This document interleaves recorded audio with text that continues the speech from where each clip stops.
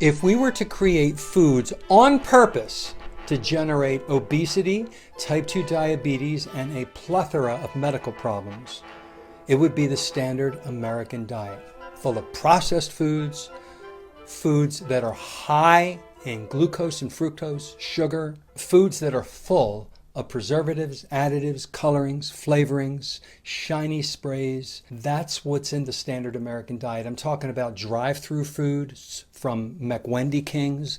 I'm talking about pizza. I'm talking about all of the processed foods in most of the center of the grocery store, all the things that are in boxes and packages that have a paragraph of ingredients. That way of eating is obesogenic. It's inflammatory. It's addictive.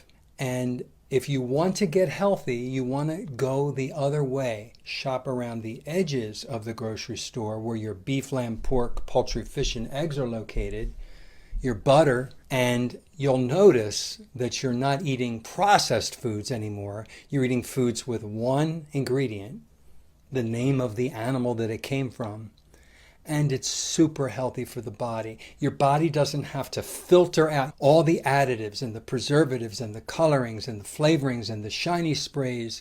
And that paragraph, there should not be a paragraph of ingredients in food. That's poison, ladies and gentlemen. Not poison that kills you within minutes. It's a slow poison that kills you over decades or causes diseases and ailments over decades. But in the meantime, that processed food gives you pleasure. It hits all the pleasure centers of the brain. It really does. And companies have learned how to do that with their Doritos, with their Pop-Tarts, with all that processed food.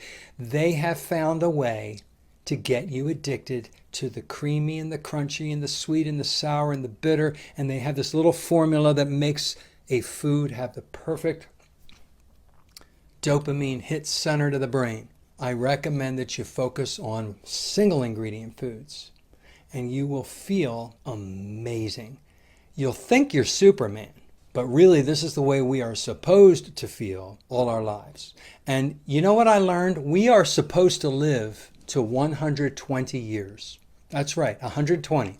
We don't make it because something gets us, right? If it's not an accident, and it's not a disease like cancer, it's some other disease that gets us. But think about it, if you could stave off all diseases and not get in an accident, you're supposed to live to be 120, and most of that time should be a high quality life. That's our genetic clock. Our telomeres are supposed to last to 120. So if you can just focus on one thing to improve, it should be your way of eating, your diet. Put the fuel in the body that is species specifically meant for your body, and I guarantee you, a lot of those diseases and ailments that might get you in your 70s, 80s, or 90s may not get you, and you may hit a higher number before you die, and the quality of your life from now till that death day will be a high quality of life. Nobody wants to live long and then suffer for 10 or 20 years terribly.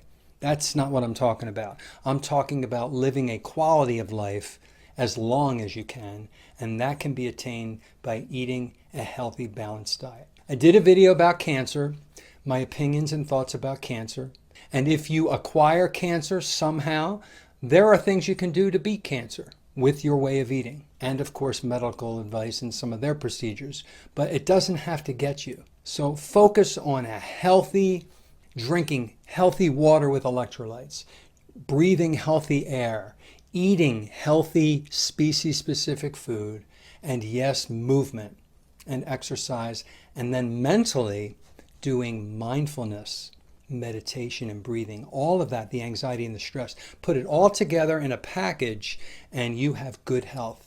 You'll live longer and you'll feel great. Ladies and gentlemen, have a wonderful day and be well. And live as long as you can being well.